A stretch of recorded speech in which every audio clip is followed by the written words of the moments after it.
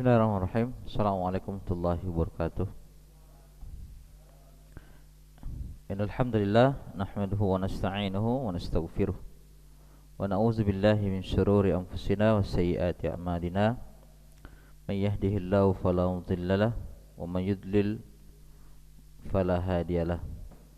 Wa asyhadu an la ilaha illallah wa asyhadu anna Muhammadan abduhu wa rasuluh.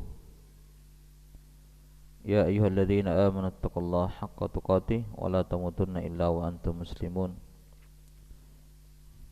Ya ayyuhalladzina amanu taqullaha wa qulu qawlan sadida yuslih lakum a'malakum wa yaghfir lakum dzunubakum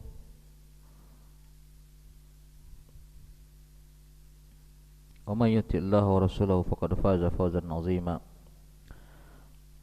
Amma ba'du fa inna asdaqal hadits kitabullah wa khairul huda huda Muhammadin sallallahu alaihi wasallam wa syarrul umuri muhdatsatuha wa kullu muhdatsatin bid'ah wa kullu bid'atin dhalalah wa kullu dhalalatin finnar wa na'udzubillahi minan nar. Ma'asyiral muslimin rahimani wa rahimakumullah. Alhamdulillah kita berjumpa kembali di kajian fikih sirah Nabi sallallahu alaihi wasallam. Wasalna ila al-mabas ar-rabi'. Kita telah sampai di pembahasan yang keempat, radha'atuhu sallallahu alaihi wa alihi wasallam. Masa penyusuan Nabi sallallahu alaihi wa alihi wasallam. Ba'da wiladatihi sallallahu alaihi wasallam arda'athu ummu Aminah salasata ayyamin aw sab'ata ayyam. Setelah Nabi sallallahu alaihi wasallam dilahirkan, ibunya menyusui selama 3 hari atau 7 hari. Wa kanat hadanathu Ummu Aiman Barakah al-Habasyiyah. Dan juga Nabi sallallahu alaihi wasallam diasuh oleh Ummu Aiman al-Barakah al-Habasyiyah, seorang budak hitam. Ini adalah budak ayahnya Abdullah. Thumma arda'athu Suwaibah maulatu Abi Lahabin ayyaman. Kemudian disusui oleh Suwaibah, ex budak dari Abu Lahab, pamannya Nabi sallallahu alaihi wasallam, tapi lain ibu dari bapaknya Abdullah. Bapaknya Abdullah, ibunya bernama Fatimah. Kalau Abu Lahab, ibunya bernama Lubna. Ayyaman, beberapa hari. Yaqulu Rasulullah sallallahu alaihi wasallam, Rasulullah sallallahu alaihi wasallam bersabda, arda'atni, telah menyusuiku, yakni Suwaibah, wa Aba Salamah. Aba Salamah juga disusui oleh Suwaibah. Qala Urwah Ibnu Zubair. Urwah Ibnu Zubair berkata, Urwah Ibnu Zubair ini, Urwah ini tabi'in ya, tabi'in. Urwah Ibnu Zubair bin Awam radhiyallahu anhu, bukan tabi'in tapi sahabat, afwan, sahabat radhiyallahu anhuma. Karena Urwah ini sahabat dan Az-Zubair juga sahabat. Wa Suwaibah maulatu li Abi Lahabin wa kana Abu Lahabin ataqaha. Suwaibah adalah budaknya, maulatun itu ex budak. Kalau laki-laki maula, kalau perempuan maulatu. Mantan budak Abu Lahab. Wa kana Abu Lahabin ataqaha. Yang sebelumnya Abu Lahab telah membebaskannya. Fa'arda'at an-nabiy sallallahu alaihi wasallam, dan dia menyusui Nabi sallallahu alaihi wasallam.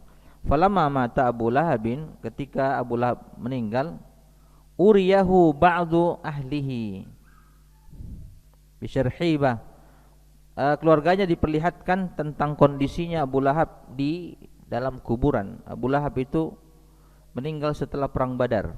Dia tidak ikut perang Badar.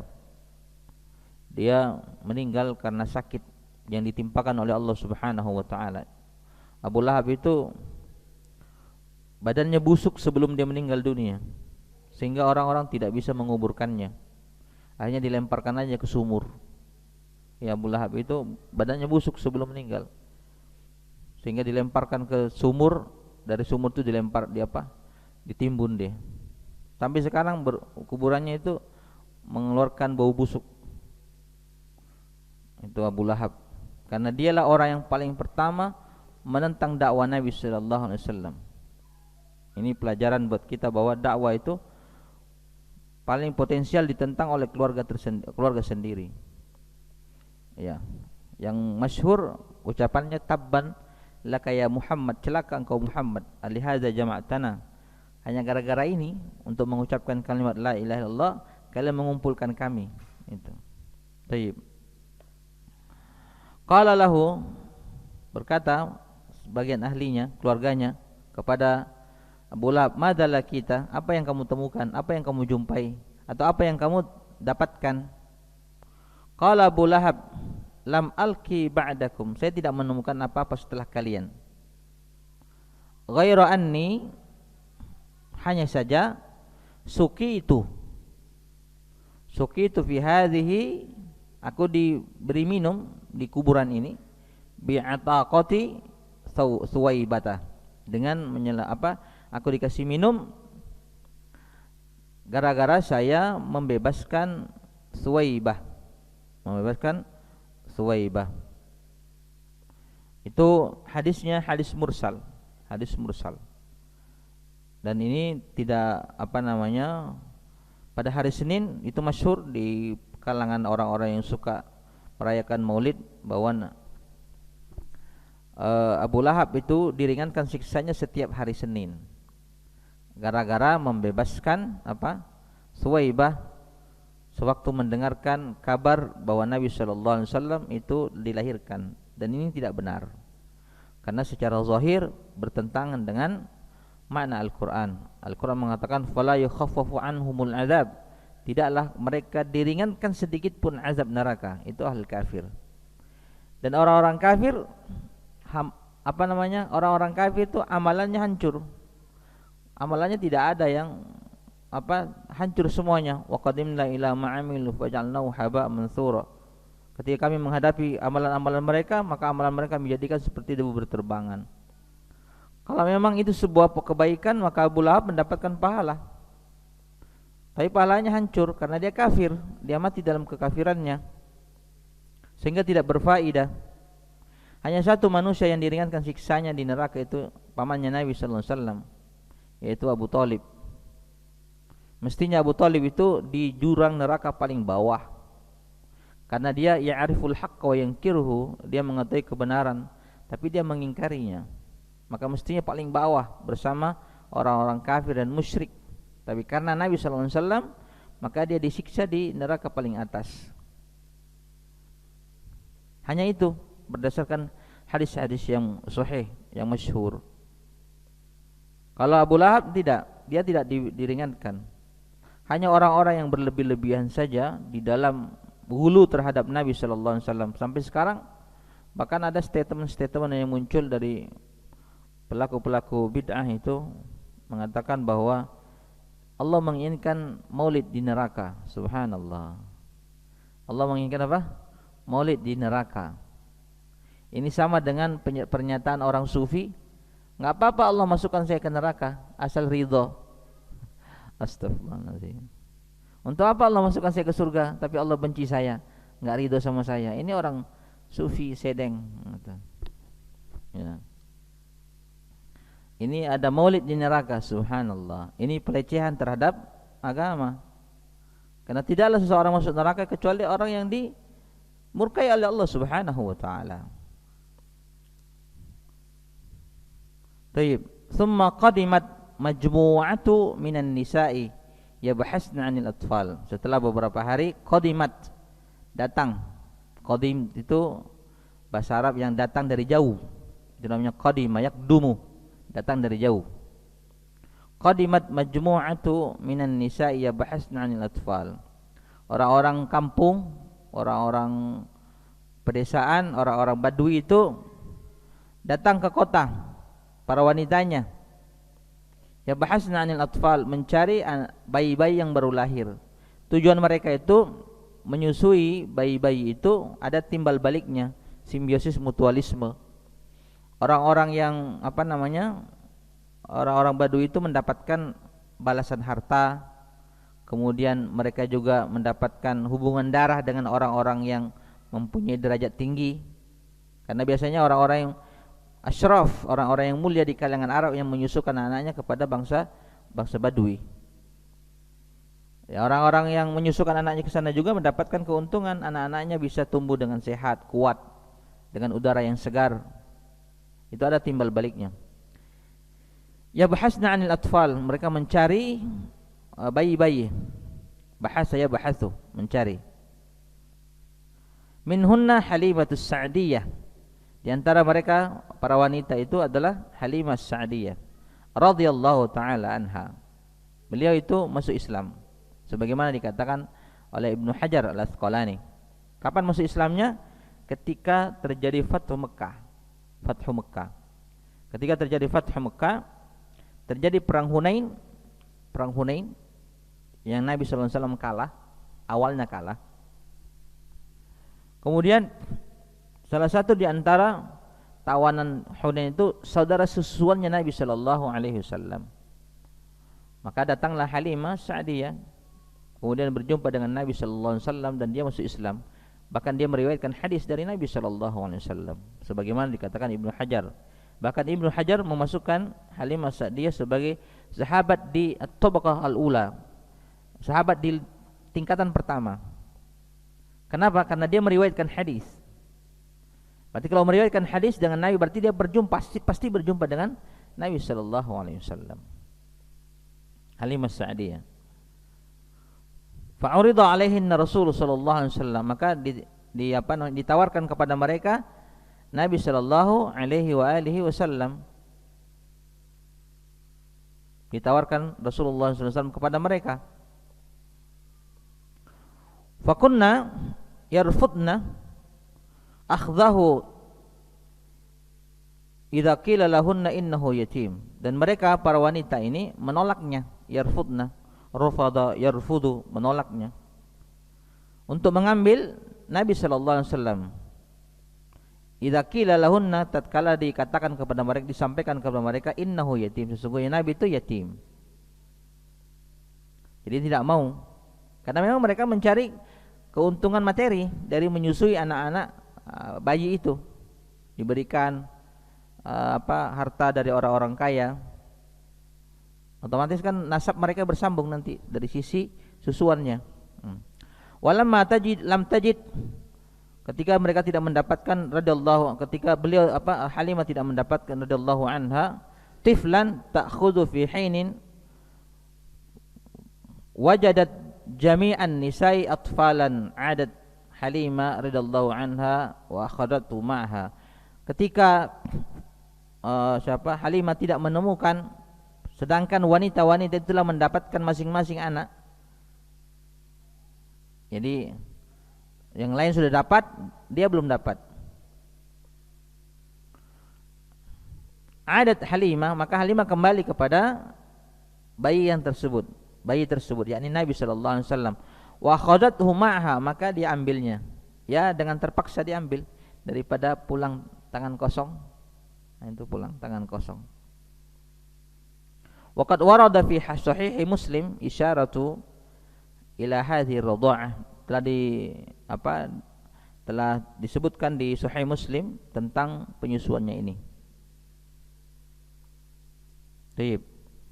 Wa ba'da madha sanataini, setelah berlalu 2 tahun, qadimat bihi ila ummihi, maka Halimah bersama dengan Muhammad kecil berumur 2 tahun, dibawa Halimah ke ibunya Aminah. Luar biasa ya, pada saat itu demi pendidikan anak itu berpisah ya.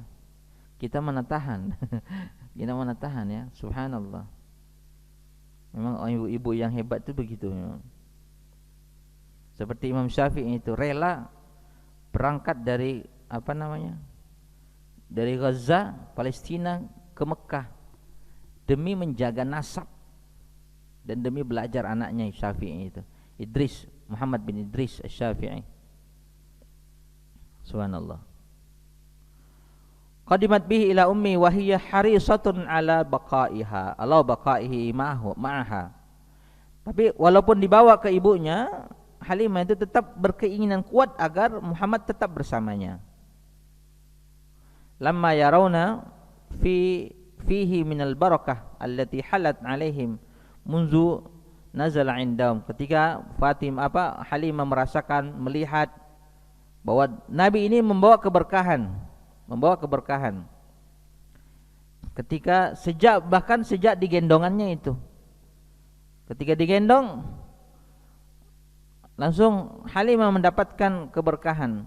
Melihatkan anak yang bersih, bercahaya, subhanallah, bercahaya, yang air susunya Halimah saja nggak cukup untuk anak-anaknya. Tapi ketika dia menyusui Nabi sallallahu alaihi wasallam itu cukup, bahkan lebih. Kemudian ketika naik onta, perempuan-perempuan yang sudah mendapatkan bayi kan duluan tuh. Tapi Fatimah bisa menyusulnya. Subhanallah. Ini beberapa keberkahan yang didapatkan Halimah ketika mendapatkan bayi ini yang mulia. Subhanallah. Falam tazal biha hatta wafaqat ala raddihi ma'ah. Maka karena Halimah ingin Muhammad sallallahu alaihi wasallam kecil ini bersamanya, maka ibunya mengizinkannya bersamanya sampai waktu yang disepakati untuk dikembalikan, yaitu kira-kira 4 tahun. Jadi Nabi Muhammad diasuh oleh Halimah itu kira-kira 4 tahun. Subhanallah. Baik. Kemudian keberkahan yang lain didapatkan ketika Nabi sallallahu alaihi wasallam sampai di daerahnya itu, gembalaan Halimah itu kenyang. Setiap pulang itu kenyang. Setiap pulang dari gembalaan itu kenyang, sedangkan yang lain tidak. Ini keberkahan Nabi Muhammad sallallahu alaihi wasallam. Baik. Wa qissatu radha'atihi sallallahu alaihi wasallam, kisah penyusuan Nabi sallallahu alaihi wasallam masyhuratun fi kutubis sirah, masyhur, terkenal di kitab-kitab sirah. Hakatha Halimatus Sa'diyah radhiyallahu anha, yang dikisahkan tentang oleh Halimah As-Sa'diyah. Tasifu fiha qudumaha ila Makkah, bagaimana dia menggambarkan keberangkatannya dari Mekah, dari daerahnya ke Mekah. Pada saat itu dia bersama dengan suaminya. Thumma qabulaha fi nihayah li Rasul sallallahu alaihi wasallam lima lam tajid ghairahu. Juga menceritakan bagaimana dia pada akhirnya mengambil Nabi sallallahu alaihi wasallam karena tidak menemukan bayi yang lain. Thumma mahalla fi diyarihi minal barakah, juga apa yang didapatkan keberkahan di rumahnya setelah mengasuh Nabi sallallahu alaihi wasallam. Ini masyhur karena ini memang tradisi orang Arab. Tradisi orang Arab. Karena Mekah pada saat itu memang kota metropolitan. Mekah itu kota metropolitan.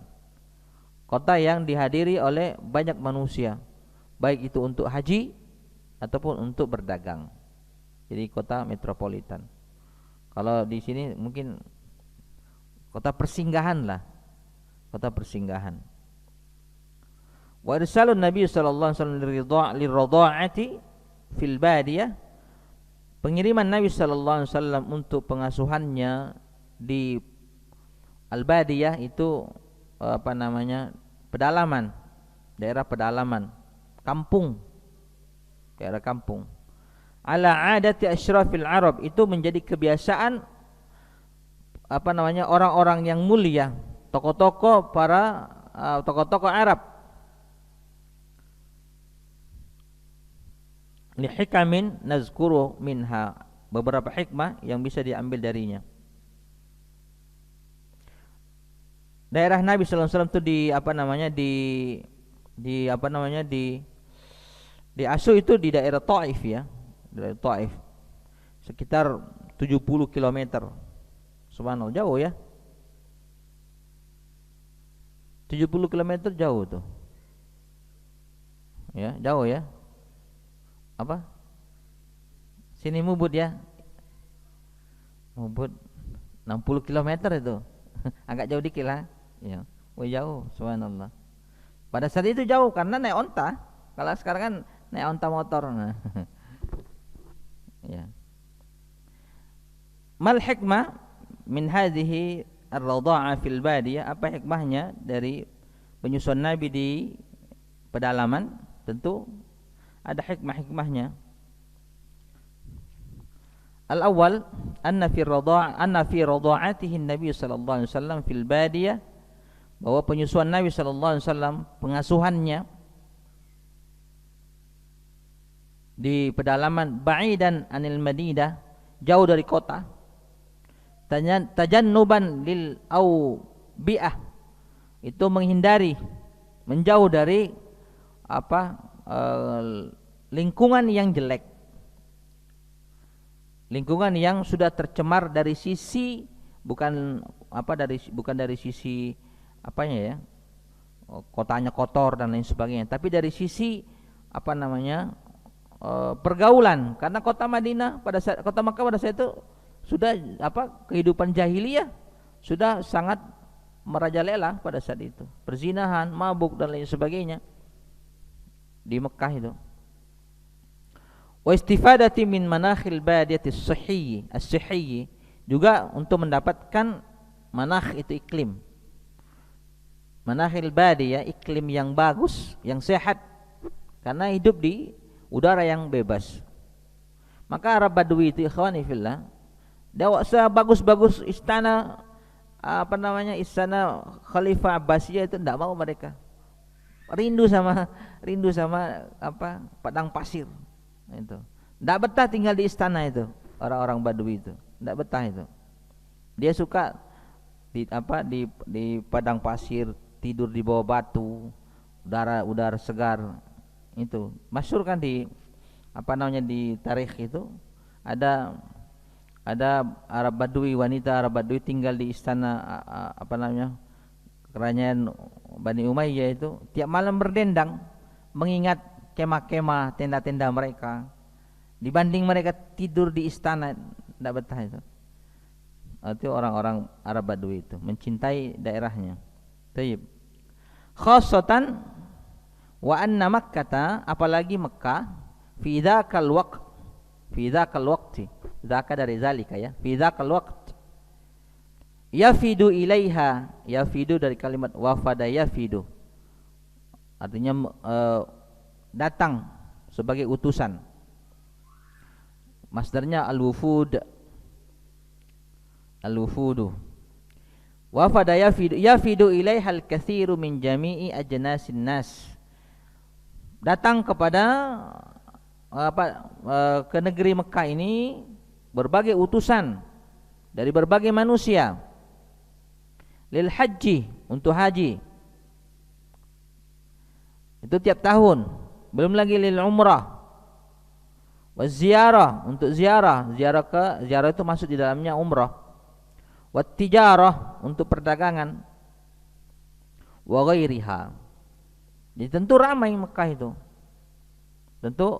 karena untuk haji, kemudian umrah serta perdagangan. Makanya orang-orang Arab itu mereka nggak ada penghasilan sebenarnya, nggak ada penghasilan, karena mereka cerdas saja, mutar otak bagaimana bisa dapat penghasilan. Akhirnya dagang, barang dari Yaman dijual di Syam, barang dari Syam dijual di Yaman. Kemudian orang-orang Arab itu buat penginapan di Mekah untuk persinggahan, ada barter perdagangan. Awalnya mereka hanya berdagang di sekitar kabilah-kabilah Arab. Setelah mereka semakin maju, mereka menembus berbagai negeri. Sampai disebutkan di buku Surya Mansur Negara itu, Api Sejarah 1-2, bahwa pedagang-pedagang Nusantara bahkan bertemu dengan Nabi sallallahu alaihi wasallam ketika ke Syam. Subhanallah. Seperti itu perdagangan. Mereka dulu pada saat itu sudah berdagang sampai ke negeri Hindia, ke Ethiopia, ke Yaman, sudah tembus itu, bahkan ke Cina. Sudah ada perdagangan, ada interaksi perdagangan. Maka di beberapa kata-kata di Arab itu dikenal kata-kata India seperti kistul hindi. Nabi sudah mengucapkan kalimat ini kistul hindi.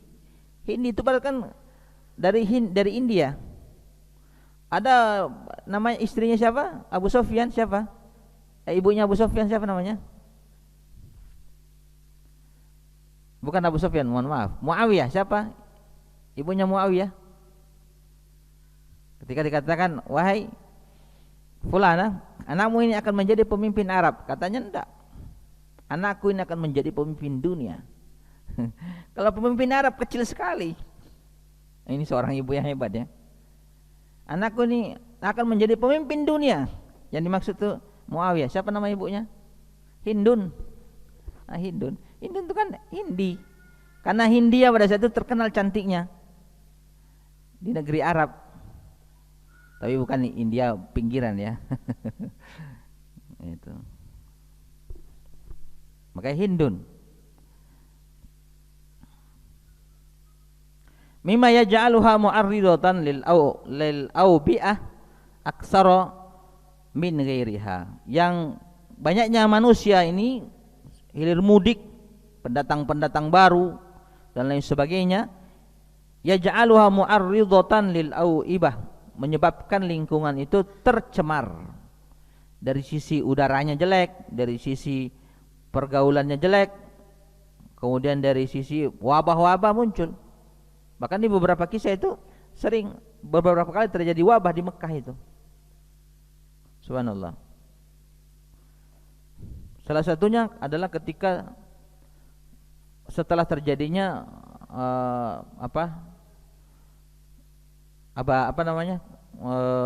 serangan Abraha ke Mekah itu.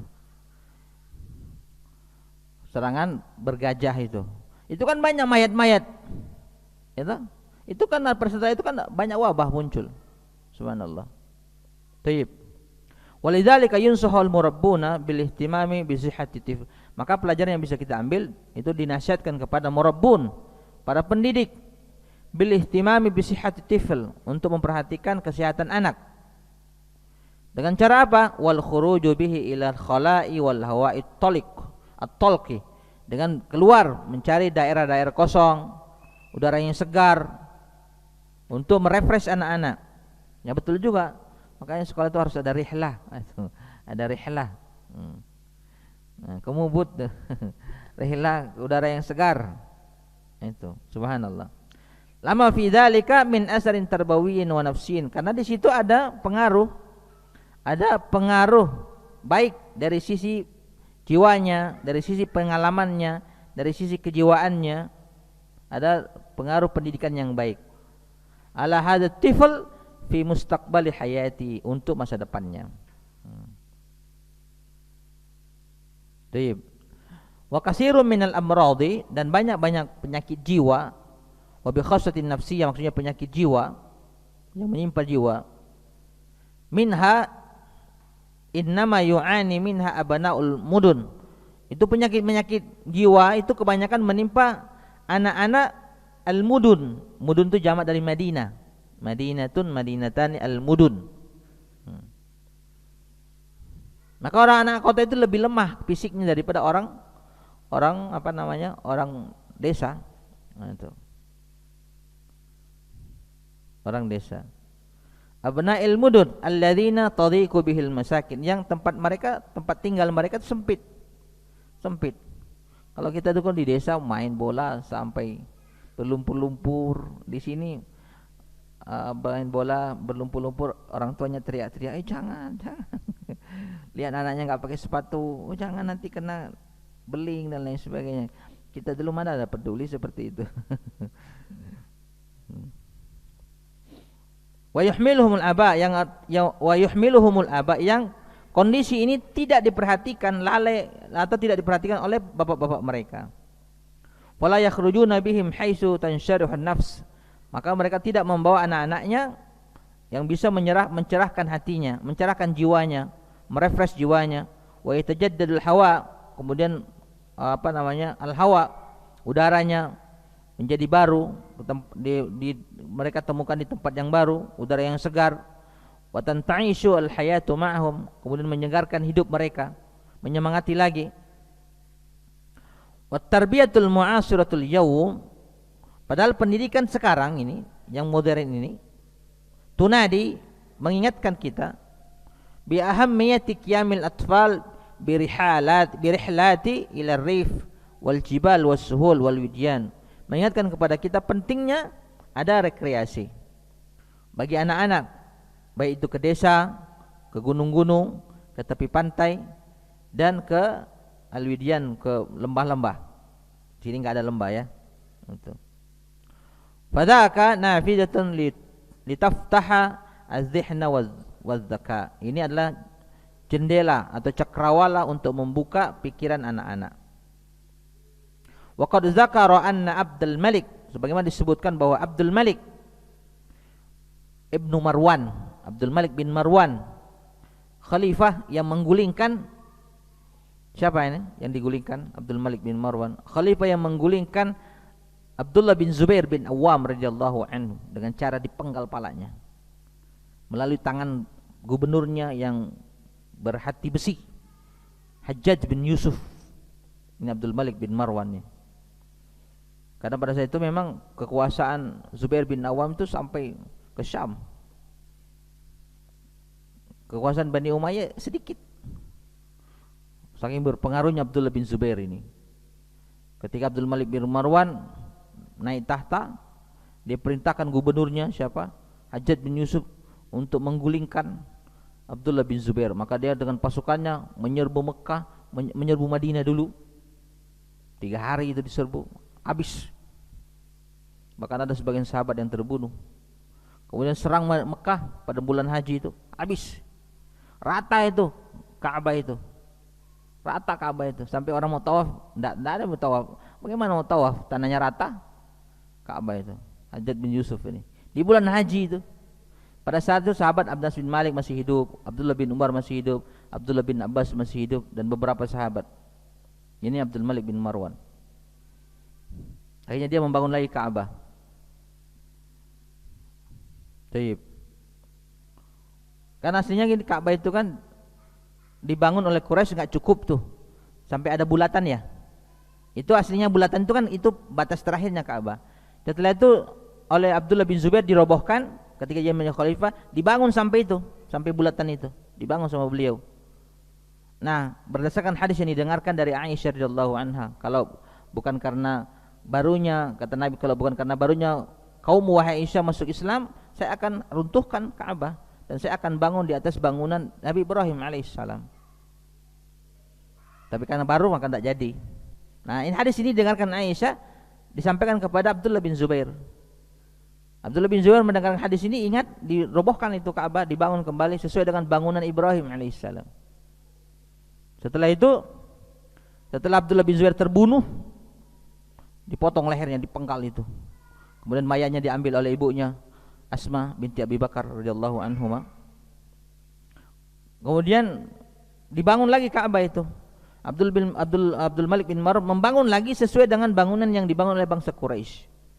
Karena dia menyangka Zubair ini buat bid'ah ini. Buat bid'ah, ya udah bangun aja sesuai dengan apa yang dibangun Quraisy. Setelah dia mendengarkan penjelasan dan sampai kepadanya hadis, dia menyesal. Ternyata Abdullah bin Zubair benar. Tapi mau dirobohkan lagi, dia enggak mau karena ini akan menjadi tradisi buruk. Setiap raja nanti akan merobohkan Ka'bah dan membangun sesuai dengan seleranya. Itu biasalah raja itu ingin meninggalkan prasasti itu. Nah, itu. Akhirnya enggak jadi. Sampai sekarang begitu. Yang bundaran itu aslinya itu. Sampai sekarang. Yang Ka'bah sekarang itu bukan asli yang dibangunkan Nabi Ibrahim, artinya besarnya itu. Bukan. Ya, makanya yang di bundaran itu enggak boleh sholat kita di situ. Di situ enggak boleh sholat kita. Karena itu adalah apa namanya? Masih dianggap di dalam Ka'bah, dan di dalam Ka'bah kan enggak boleh sholat. Itu. Baik.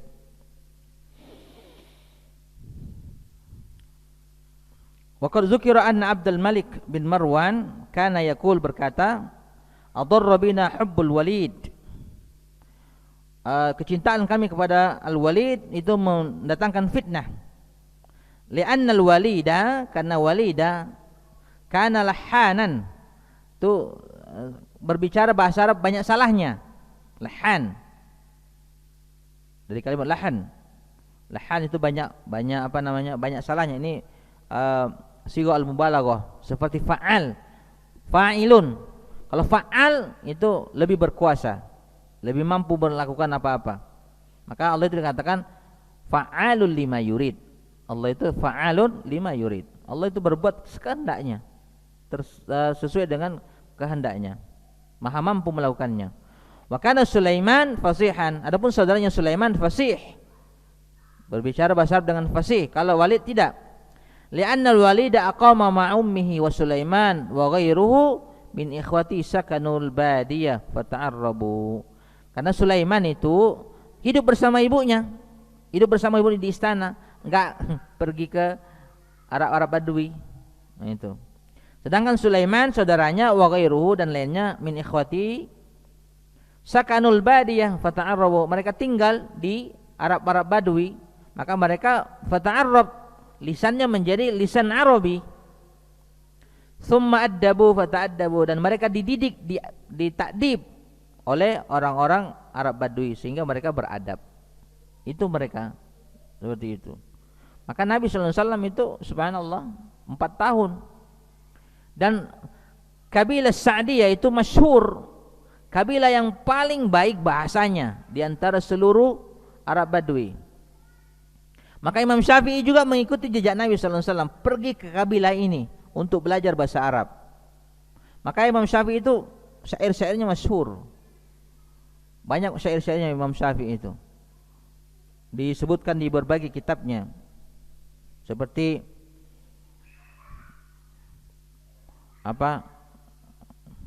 beberapa syair yang pernah saya pelajari itu, wa man fatahu ta'limu waqta syababihi, siapa yang meninggalkan atau terlewat darinya menuntut ilmu waktu muda. Nah, dengarkan anak ini. Waktu muda. Fakabbir alaihi arba'an liwafati, maka salati dia dengan 4 takbir. Jadi orang yang melewati usia mudanya tanpa menuntut ilmu agama, maka sesungguhnya dia mayat berjalan. Fakabbir alaihi arba'an liwafati, maka salati dia dengan salat mayat. 4 takbir itu salat apa? 4 takbir itu salat apa? Salat mayat kan? Nah, itu salah satu syair beliau itu. Taib.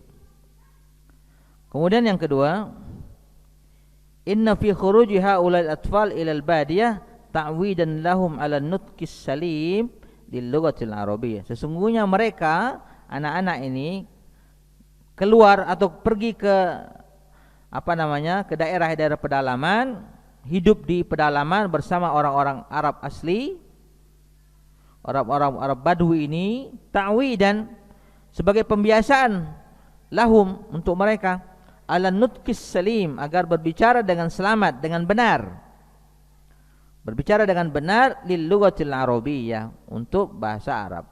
Karena orang-orang Arab Badui itu bahasanya bahasa fushah. Jadi kalau dia berbicara kayak seperti orang khutbah itu. Makanya dulu kalau saya dari Madinah ketemu sama kami ngomong, hal anta takhtub akhi, kamu lagi khutbah nih katanya. Mereka kan biasanya kalau saya Madinah itu ketemu itu mereka ngomongnya bahasa pasaran. Ya, bahasa pasaran. Saya pernah nemani mereka itu ketika daurah di Yogyakarta, di Pondok Taruna Al-Quran, Jel Quran itu, ngobrol di hotel, saya temani mereka itu. Subhanallah, saya enggak paham. Syekh Ahmad tatakallamu syekh. Hada lugha amiyah. La anta la tafham. Ini bahasa amiyah, kalian enggak paham. Itu. Saya ngomong bahasa Arab orang. Ahsanta. Seperti Anda seperti khutbah Jumat katanya. Tapi mereka menghargai. Subhanallah. Sambil makan kambing guling itu sama nasi biryani ya. Subhanallah. Baik. Wa himayatin lahum minal lahni fiha, dan menjaga mereka agar tidak salah ketika berbicara. Maka orang Arab Badui itu enggak pernah salah bahasanya, enggak pernah, Pak. Seperti kalimat ja'a Zaidun. Ja'a Zaidun atau ja'a Zaidin? Ja'a Zaidun kan? Ja'a Zaidun. ismul fa'il itu pasti mansub, pasti marfu'. Jaa Zaidun. Mata kalbun, tidak mungkin mata kalbin. Nah, orang Arab itu tidak mungkin bilang jaa Zaidin, tidak mungkin. Pasti lisannya jaa Zaidun. Memang sudah dibentuk oleh Allah begitu. Kalau kita masih mungkin salah ya. Gitu. Wa hadza yadulluna ala mada ihtimami haula'il qaum bi lughatihim al-lughah al-arabiyyah. Ini menunjukkan kepada kita bagaimana mereka memperhatikan bahasa mereka, yaitu bahasa Arab. Dan Allah menjaga bahasa ini. Salah satu bentuk penjagaan Allah, walaupun banyak kabilah-kabilah bangsa Arab itu tetap satu bahasanya. Mau dari ujung, mau Arab Timur, Arab Timur dan Arab Utara, Arab Utara dan Arab Selatan itu sama bahasanya, bahasa Arab. Di Yaman sama bahasanya Arab dengan Syam. Walaupun hanya ada perbedaan dialek-dialek, tapi tetap sama bahasa Arab. Beda dengan kita di Indonesia. Di Indonesia itu hampir 400 bahasa. Hampir 400 bahasa. Wa huwa darsun lana, ini juga pelajaran buat kita. Nahnu fil muhafazati 'ala al-lughatil arabiyyah, untuk menjaga bahasa Arab. Lughatul Qur'anil Karim, karena ini bahasa Al-Qur'an. Bahasa Al-Qur'an, Al-Qur'an turun dengan bahasa Quraisy. Maka ketika Al-Qur'an dikumpulkan, apa kata Utsman radhiyallahu anhu, kalau mereka berselisih pendapat, maka kembalikan kepada bahasa Quraisy. Itu bahasa Quraisy. Was sunnah nabawiyyah syarifah, dan ini adalah bahasa Nabi kita, bahasa sunnah Nabi kita yang mulia. Wa kana salaful ummah, adapun dan salaful ummah, pendahulu kita, yahudduna ala ta'allumil arabiyyah, memotivasi. Hadda yahuddu, kalau bahasa Al-Qur'an yahuddu ala ta'amil miskin, ya. Ini yahudduna ala ta'allumil arabiyyah, memotivasi untuk mempelajari bahasa Arab. Kama yahudduna ala tafaqquhi fi sunnah wa ta'allumil faraid, sebagaimana mereka juga memotivasi untuk memahami, mempelajari as-sunnah, wa ta'allumil faraid, dan mempelajari faraid, ilmu warisan. Ya, ilmu warisan. Zaman sekarang sedikit sekali orang yang paham ilmu waris itu. Ada yang paham sini? Antum paham? Ilmu waris itu. Antum paham? Pernah belajar? Belum selesai. Itu penting itu. Ya. Itu penting. Saya dulu di pondok belajar, tapi sekarang karena jarang murojaah sedikit lupa. Itu ilmu yang sulit. Kalau kita enggak hafal dalilnya. Kalau hafal dalilnya selesai itu. Iya, hafal dalilnya yang surah apa namanya? An-Nisa ya. Hafal itu insyaallah gampang. Yang paling pertama kalau mau belajar ilmu faraid itu hafalkan dulu dalilnya. Kalau enggak hafal dalilnya, antum akan muter-muter. Akan muter-muter itu. Baik. Faqad kataba Umar ibn Khattab radhiyallahu anhu ila Abi Musa al-Asy'ari. Nabi Umar bin Khattab pernah menulis surat kepada Musa al-Asy'ari. Qala amma ba'du, kalimat amma ba'du itu pertama kali diucapkan oleh kakek Nabi sallallahu alaihi wasallam bernama Ka'ab. Fatafaqahu fis sunnah, pelajarilah sunnah. Watafaqahu fil arabiyyah, pelajari juga bahasa Arab. Wa aribul Qur'an, mengenal i'rab Al-Qur'an. Ilmu i'rab itu ilmu tata bahasa Arab yang mengatur perubahan kata di ujungnya, apakah fathah, kasrah, dhamma dan lain sebagainya, itu namanya i'rab. Itu. Baik. Fa innahu arabiyyun, karena Al-Qur'an itu Arabi. Wa qala aidan, dan juga berkata, ta'allamul lahna wal faraid, belajarlah bahasa agar tidak salah. Wal faraid, dan faraid dan ilmu faraid, jamak dari fariidah. Fa inna min dini, karena bahasa Arab dan fariidah itu bagian daripada agama kalian. Baik, sudah sudah azan. Insyaallah pekan depan kita sambung lagi. Mudah-mudahan bermanfaat apa yang kita pelajari pada malam ini. Kita Berharap semoga Allah Subhanahu wa taala memberkahi kita semuanya, meringankan masalah-masalah yang kita hadapi, menyabarkan kita dan memanjangkan umur kita dalam kebaikan. Wallahu waliyudzalik wal qadiru alaih. Nakhtatim bi kafaratil majlis. Subhanakallah bihamdika asyhadu an la ilaha illa anta astaghfiruka wa atubu ilaik. Assalamualaikum warahmatullahi wabarakatuh.